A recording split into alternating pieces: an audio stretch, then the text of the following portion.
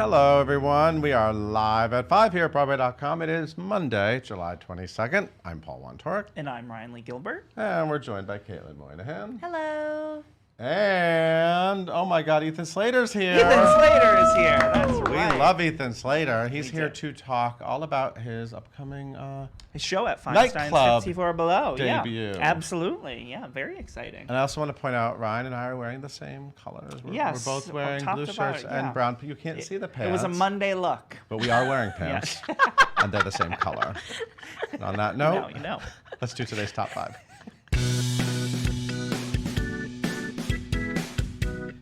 And we're all suddenly Seymour after this news. Yes. We're all suddenly We're Seymour. all Sure. Yeah, Sure, I'll go with it. We're suddenly take it. Seymour. We are. I'll Very take big it. news. Very big You news. know who at the really top is of the suddenly day. Seymour is Jonathan Groff. Jonathan Groff is Yes. suddenly Seymour. Two-time Tony nominee Jonathan Groff is Seymour. So yes, there is a new off-Broadway staging of Little Shop of Horrors coming this fall. It'll be the first off-Broadway staging since its premiere in 1982 at the Orpheum Theater. But Jonathan Groff is not the only exciting news. We also have two-time Tony nominee Tammy Blanchard, an Emmy winner. Be Tammy still my Blanchard. heart. I love Yes. Tammy Blanchard. Absolutely. If you follow Paul on social media, you can see a little clip from a show People with Tammy Blanchard. It's worth your time. This is good Audrey casting. people. Absolutely. She's amazing. And two-time Tony winner Christian Borle as Oren is amazing. Very, very exciting casting. Additional casting will be coming soon. But here's what we know. It's happening at the West Side Theater this fall. It's directed by Michael Mayer. Incredible. And it will begin previews on September 17th and will officially open on October 17th. Can I say two things? Please. Yeah. Number one, the casting is fantastic. This is top to great bottom casting. so far. This is Absolutely. luxury casting Yes. for an off-Broadway Yes. revival. I mean, it's a little theater. Which brings me yeah. to point number 2. I'm wondering, is the goal here really to just do it off-Broadway, where obviously Little Shop of Horrors premiered off-Broadway. And it's, Ellen Green, I love you. Ellen Green, fantastic first Absolutely. Audrey. But it started off Broadway. When it went to Broadway, a lot of people complained that it wasn't really a Broadway show. It's Exactly. really an off-Broadway. So I'm wondering, is it going back to its roots? Is it going to be like, it's obviously going to be scaled down, but Right. is the intention to move it? Or is this now just an off-Broadway? Because this cast is luxury. It really is. And I don't know if yeah. they know, but they're not Tony eligible. I'm just saying. This sounds like Tony Awards, but, Right. No, but I I'm know. excited that It'll they're be doing very it. curious It's to just see. interesting. Yeah, it totally is. I can't wait. I'm very excited. I can't wait to see I'm these glad you're guys play excited. these Totally. roles. Absolutely. And this is all sorts of super exciting news. Yeah, so Lauren Ridloff, who Yes. I think we all fell in love with when was she was amazing in Children of Lesser God. Children of a Lesser Yeah. God, and she was a 2018 Tony nominee. She will be playing the role of Makari, Marvel's first deaf superhero. Look at that. We like Inclusion that. and diversity. In the Eternals, Yes. that's how you Absolutely, clap. yes, Yep. and you have to say the This is a movie, you guys. It's coming out in cinemas November 6th, 2020. Of course, she was a former Miss Deaf America, and then she played Sarah in Children of Lesser God, and she was so fantastic. And she's been in Walking Dead and something called If You Could Hear My Own Tune. So she's joining an amazing cast Insane of people, people. Angelina Jolie, Salma Hayek, Richard Madden, Brian Tyree Henry, who also, of course, has done Broadway. He was in Kumail Lobby Hero. Nanjiani, But yeah. you were saying this character Yeah. was not. It's originally. It's You usually educated played us, by a white hearing man, and Okay. she is a black deaf woman. We So love it. it's amazing. We love that. Yeah. Absolutely. So how amazing is that? Good job. Can't Marvel. wait. Yep, and we got even more casting for this Broadway-bound play.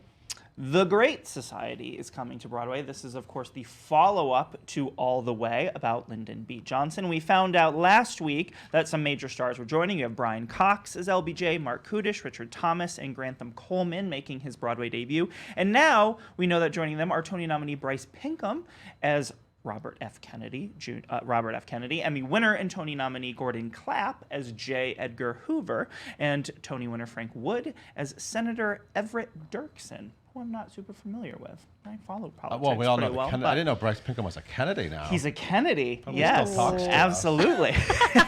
The new play follows LBJ's huge election and then him making the decision not to run for re-election years later. It'll have a 12-week limited run from September 6th through November 30th at the Vivian Beaumont Theater, directed by Bill Rausch. You know what I bet you would really like about this play? I bet you like the concept of presidents deciding not to run again. What's next, do. Caitlin? What's next? And we're going to have to wait a little bit longer to see what this Britney Spears musical is all about. Once upon a one more time, sorry. Rolls off the tongue. So this is one of those shows that I think we kind of dreamt up. We wonder, did they announce that or did we dream it? Exactly. Yes. Is this just Someone something really we've been making a talking about musical? for too long? Right. Right. Of course so here's what's really interesting. In Chicago, it was supposed to be the premiere of the Michael Jackson musical. Yes, that's right. Yes. And then that got canceled or postponed for reasons that we don't need to go into because it's obvious. And now then they said, well, we have a Britney Spears musical. Right, to replace. And so in the fall, which is supposed to run November 13th to December 1st, and now that is postponed. So I'm really sorry, but Once Upon a One More Time is delayed for scheduling reasons. Yeah. And as you may or may not know, it's about Cinderella and Snow White, a bunch of princesses, and they're in a book club and they read the feminine mystique and their minds get blown. Anyway, Come on. Hopefully someday we will see this show. I am excited. Well, wait, I'm sorry. It's now going to premiere in April 2020. So it's not like it is actually, it's just not later just in the in season. the wind. It's Later in the season. So hopefully we'll all get to go to Chicago and enjoy it. And I can't wait. Yeah, hopefully all this tinkering, it's going to be great. Tinker. Yeah, it's not tinker tinkering, away. it's scheduling. That's right. And we have even longer to see this New York premiere play. Yes, the New York premiere staging of Halle Pfeiffer's Full title? Moscow, Moscow, Moscow, Moscow, Moscow, Moscow. You added emotions to certain. I like that. give it a little verve. It's been extended by MCC at the Susan and Ronald Frankel Theater. It is now, the Trip Coleman directed production will now conclude on August 17th. So you have a little bit more time. It was originally going to close on August 3rd. So go see it. It's a reimagining of Chekhov's Three Sisters, of course. And it has an incredible cast that includes Stephen Boyer, Sass Goldberg, who was just here recently chatting with Beth about all this. Greg Hildreth, Ryan Spahn, Tabby Gevinson, so many wonderful people. Go check it out. Interesting play, very fascinating. Halle Pfeiffer is incredible, so treat yourself. So I don't know if you heard, but there's a Cats trailer.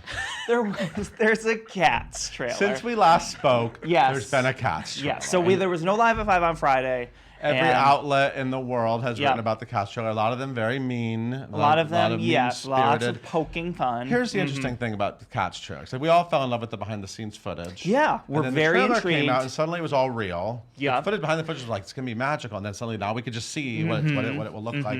And I will say most of the most critical people of it don't seem to know what Cats is. A lot of Exactly. people are, like they Yes. didn't really get. It's very true to what Cats is. It's Yeah. always been kind of dark, and it's always sort of lived in that world. And they've Yep. always been cats, by the way. My friend Larry was like, "Wait, they're really cats?" Yes, Larry.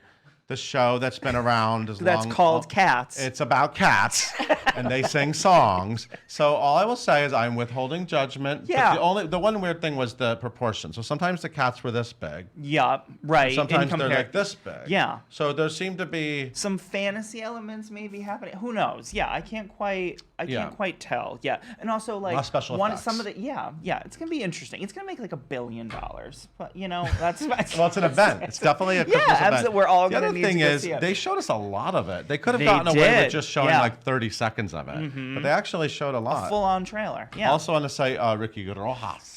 Ricky Rojas is a fresh face over there at Moulin Rouge. What else is on the Exclamation site? point. There's a great Q&A with Andy Mientus, who's over in London doing The View Upstairs, which is an incredible musical. He talks about that. He talks about Smash, of course, and working Smash, with his was he on husband, that? Michael Arden. He was. Emilio shot some great photos backstage Yes. at Tootsie. Yep, Those went on the site absolutely. over the weekend. Pretty Woman star Orphe got a Sardi's caricature. Oh, that's And right, we she have- did. Yeah, we have photos of that as well. Sutton Foster is going to be honored, because of course she is, by the Drama League at the 36th Annual Benefit Gala. And Elaine Page, there's a new episode of, she talks about show closings and Broadway grosses and all of that in this week's Elaine Page on Sunday that you can listen to on the site right now as well. And that's it. Okay. That's it for me.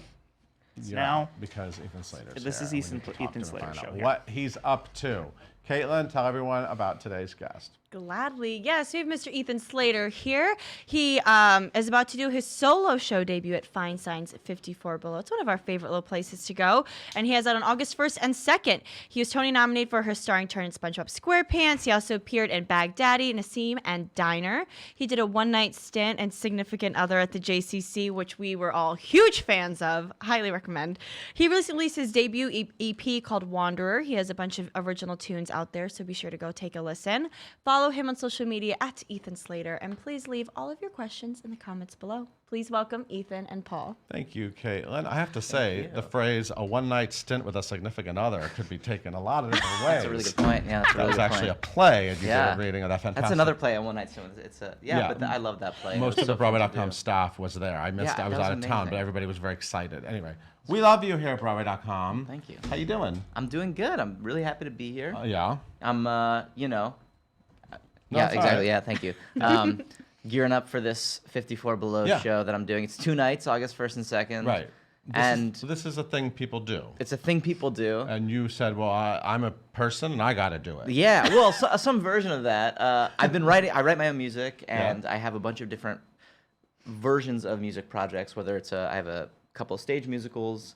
I have a film that I've written, a screenplay that Cool. has music in it, and then I have sort of standalone solo projects. And so I wanted to do a show where I got to play my own music, Right. and weave in some covers of songs either from musicals or Mm-hmm. by my favorite musicians that inspired me. So it was a way to work on my original stuff and also do the thing that people do, which is A show. At 2 nights at 54 Below. 54 Below. So Yeah. when you're working on things, then you kind of want people to hear them. I mean, you're just, Yeah. I mean, I you mean- can't just keep playing for your wife. I mean, you gotta like Right, play right. something. She's a great audience for me. But there's something, 2 things about it. One is you want to get out in the world and you want to hear feedback, but also as you're developing things or as I'm developing things, I sometimes find it really helpful to put it up in front of people and see how I feel letting them react to it. There's this incredible vulnerability about having your script read or having your music heard. And sometimes, if you're doing a table read of a new play you've written, you learn so much just by the way you feel when other people are reading it. And then of course their feedback. So there's that element too, which is in putting together this concert, I've gotten to take 20 of my songs, play them with some artists and musicians that I really respect and admire, and then we've edited down the concert until Right. we got to the place where we were proud of all of it. And that's a really cool process. Did you title your show?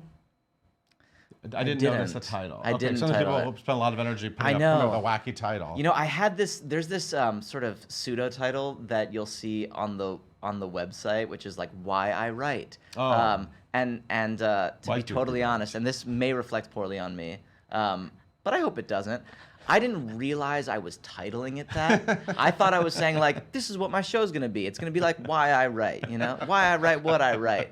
And then it showed up on the website, and I was like, oh, that is my fault. That is 100% my fault. But it sort of works. It's sort of what I'm going for. Well, But why no, do no you official- write? Have you always written along with building up your resume as an actor? Has this always sort of been 2 paths? Yeah, for sure. I started playing guitar when I was in 5th grade or so, and I started writing songs when I was in 5th grade or so. And then when I was in high school, I started writing short plays, and then incorporating them together. But I've been writing since I can remember.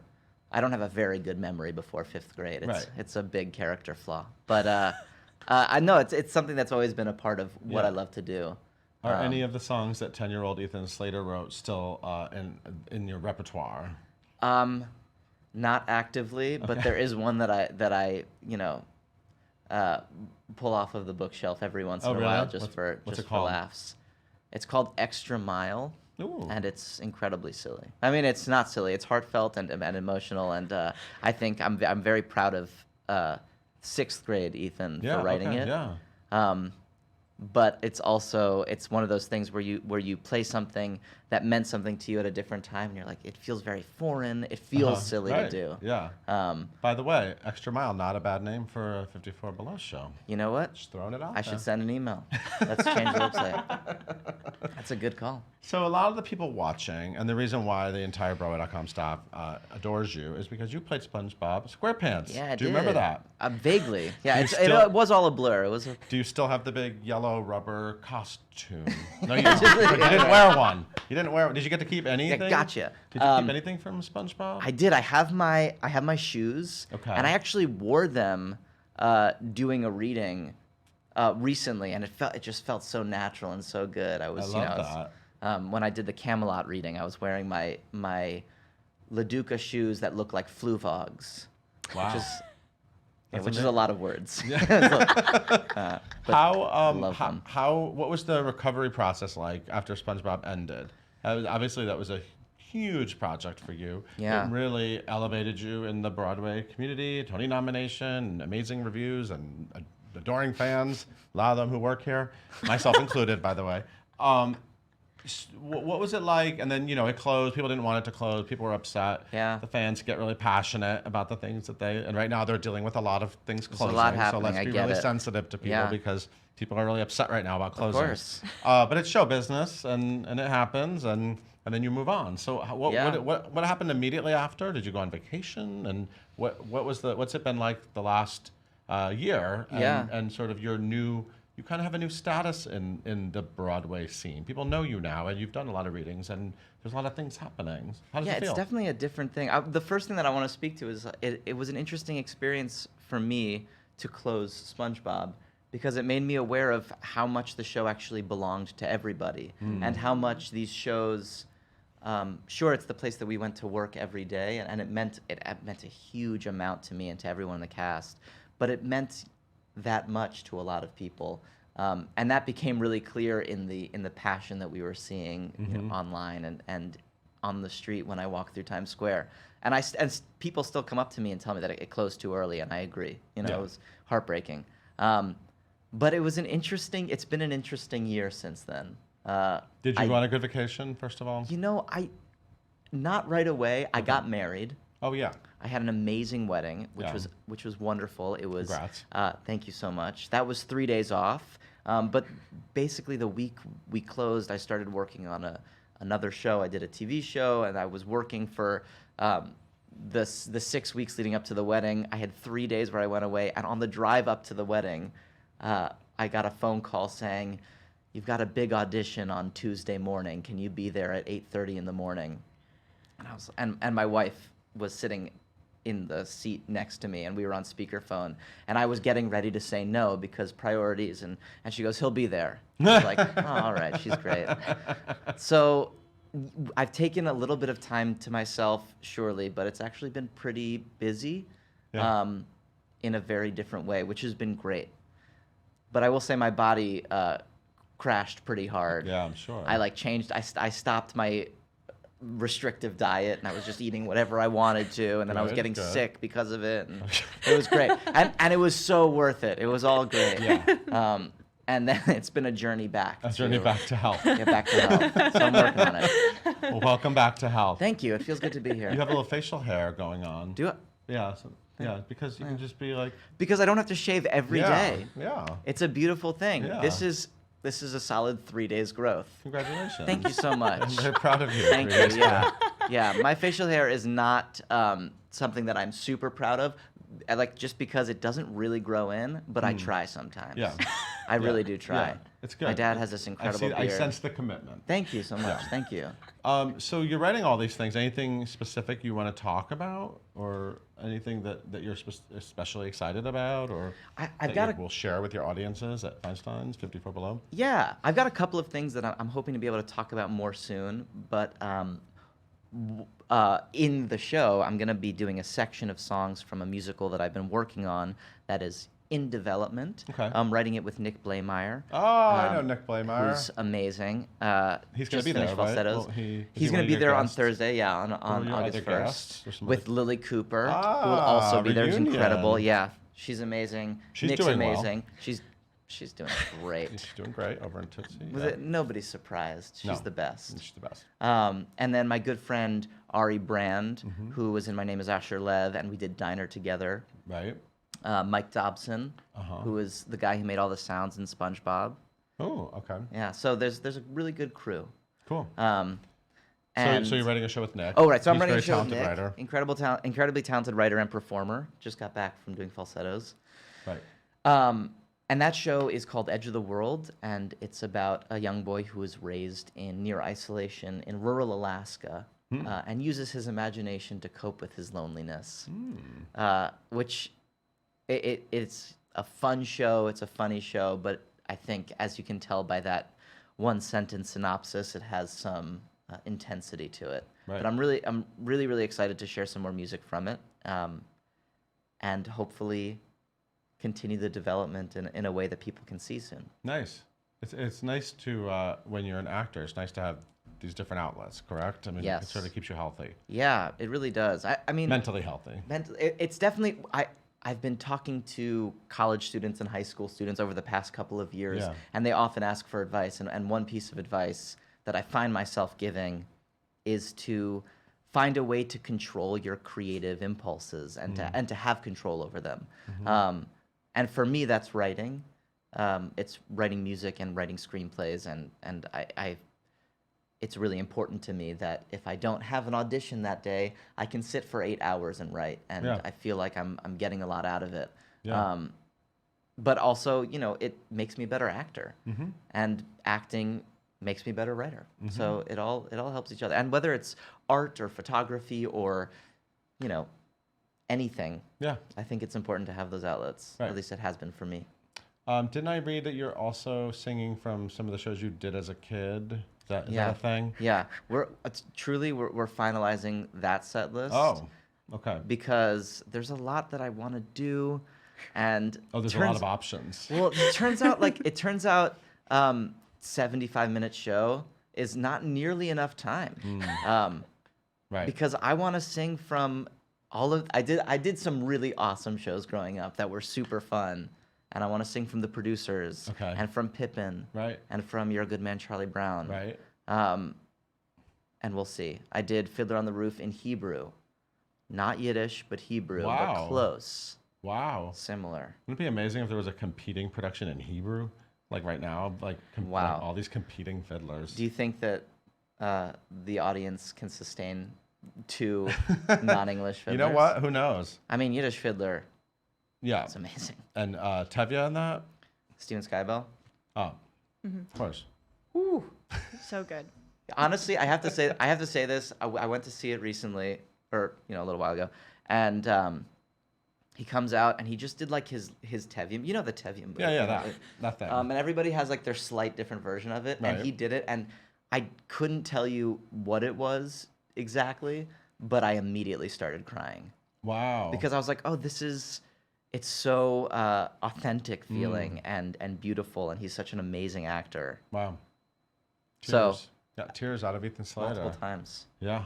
It's beautiful. Hey, Caitlin. Yes. What are the people online saying? We got a whole lot of questions. Mm-hmm. So the first thing is James wants to know is because you've done a lot of like readings and stuff of your own original work. What was it like putting together an entire concert? And you're talking about doing the set list now, but like actually deciding how and to do this and the order of things. Yeah, it's a hard process in a lot of ways. I mean, I wanted to be able to showcase the stages of my my time as a writer and the way that I've changed over the years. And in some ways that works by doing it sort of show by show or project by project, but it doesn't always because of the way that I've written things over the course of 5 or 6 years. So it became about finding the essence of the songs and what they spoke to in me as a writer, as opposed to necessarily the narrative of the show. Because we're not going to see Edge of the World or Write Me In or whatever the project is. We're going to see a night of music that tells its own story. So that's been an interesting experience. And to see, there's a good example is I did a preview of a song called Boston, which is a song that the character Kate sings in Edge of the World. And Lily Cooper is going to sing it, and she's amazing. But a lot of people were like, wait, you're not you're not from Boston. I was like, no, oh, that's such a good point. I should maybe make that clear or maybe not. But the themes within that song feel really personal to me and they Right. make so much sense to me. Right. But the specifics of it are different. So I'm not telling the story of Edge of the World in this concert, Got but it. I want to weave the story anyway. I hope that answers the question. Yeah. Sort of Sure, feels like absolutely. word vomit. Sure. The short answer is it's really hard to Yeah. turn it all into a show. It's hard and There's it's a lot of things you have to weird. consider. Yes. So Lindsay wants to know, what was it like to shoot Fosse Verdun? We got to talk about it. Oh my goodness, it was so fun. Emmy nominated Fosse Verdun, by the way. Yeah, I mean, congrats to everybody. Absolutely. It Beautiful was show. it was so fun. I had a great time. I was in hair and makeup for 6 hours, 5 hours, an outrageous amount of time. And you played. And I played Joel Grey as Correct. the MC Yes. in Cabaret. And did Joel Grey ever? He directed, by the way, that fantastic Fiddler on the Roof we were just talking about, the one that know. made you cry. There's been no sort of comment on it or official reaction. Certainly not official, and I will not speak for him. But I will say that I've had the honor to run into him a bunch of times. Weirdly enough, I keep on running into him Yeah. in different places on the street. He's around. He's around. Yeah. He's great. And I now have the best in. You know, I met him at SpongeBob. He came to see it, and we got to chat then, which was, in and of itself, a pretty mind-blowing experience. But then I ran into him on 9th Avenue or something. Right. And I was like, I've got an in. I went up to him. I was like, I played you in that TV show, and we got to talk about it. He was really nice. He was Oh, really that's sweet. great. We love you, Joel Grey. Oh my goodness, I love Joel Grey. Yeah, the best. I had his memoir sitting on my, I don't know, my little table in my dressing room, and I heard that he was coming, and I was like, do I hide it? No, I asked him to sign it, and now I've got a signed copy of it. Nice. It's a beautiful thing. Nice. You just happened to be reading it when he came. Yeah, my dad bought it for me, Yeah. and it's awesome. It's a Yeah, good book, by the way. I recommend it. it's great. Yeah, it's really good. There's some amazing gems in there. Yeah, totally. Also about Cabaret. Yeah. All right, let's do one last question. And yeah. Brian wants to know, what do you find the easiest and most complicated thing about being a singer-songwriter? So what's the easiest and what's the most complicated? Ooh. The easiest is probably writing bad songs. The easiest thing to do. It's easy to write a bad song. Because, which is a good thing. I think the easiest thing is you can just like sort of sit down and play music and work things out, and you start with bad ones and they turn into good ones, or you start with bad ones and they give you ideas for better ones. I think the thing that's the most complicated is figuring out what your voice is. For me, one of the things about this concert also is that there are parts that feel like a rock concert because I really like sort of the indie rock vibe. I like to play on electric guitar and crank up the gain. But you have to I do find that I want to figure out a way to sort of funnel my voice into something cohesive, and that can be really hard. Right. Yeah, and then like getting music out there is scary. So who knows? And it's an interesting thing because we worked really hard on this EP. I have this EP that's on. We just put out. It's anywhere you stream music. Yep. And there are some songs on it that I didn't listen to it for a long time because I couldn't listen to it, and I listened to it today on the way here because I was like, I should just remember what they are just in case. Right. And there are some things where I listen to it now a month after we finished it, and I'm like, yeah, that's what we were going for exactly. And other Cool. things where I'm like, if I could edit it, I would. So I think that's another thing is that much like if you know anything about the development of Broadway shows, it can take a decade, and you're always changing it to make it better. Similarly with these 3-minute songs, you can always make it better, but there's a point at which it is the thing you're trying to make it, and you have to let it go. So that is to say, I guess more is hard and complicated than is simple. Well, it's great that you can listen to it and be proud of it, though. Yeah, it's a good feeling. There's one song, "Real and Simple," which is a really personal song, and something that it feels like a vulnerable thing to talk about. And I listen to it, and I feel proud of having put it out into the world. Awesome. Everything could always be better, but it feels good. What about the SpongeBob album? Do you like that? You know, They all listen to it. the SpongeBob album, I'm so proud of. I can't listen to it. I Really? really can't. So you just have a thing about like listening to yourself. It's hard to listen to yourself. There's that. I also think that I don't know. Maybe unconsciously it's that I miss the show, and so I don't really want to listen to it and feel that again. But it's weird to listen to. Although I was with my nieces and nephews this past weekend. Yeah. Side note, they're the best. And they were listening to music on headphones, and I was like, "What are you guys listening to?" And they were like giggling, and then like the youngest came over and like put it in my ears, and it was BFF. Oh. And I was like, Danny. I love that. If you ever see me on the street, you might want to take my headphones, and I'll be probably listening to BFF as well. It's a good Oh one. man, It's a good one. Tom Kitt did such a good job on that album too. Yeah. He knows his stuff. But yeah. Ethan Slater, thank you so much. So let's see, you're going to be at Feinstein / 54 Below, I believe August 1st and 2nd. Yes. Correct? Yes, You both guys nights. can go on the site and find out all about that and get his EP. Even the songs he can't listen to, all of them. Yeah, get them all. Get them all.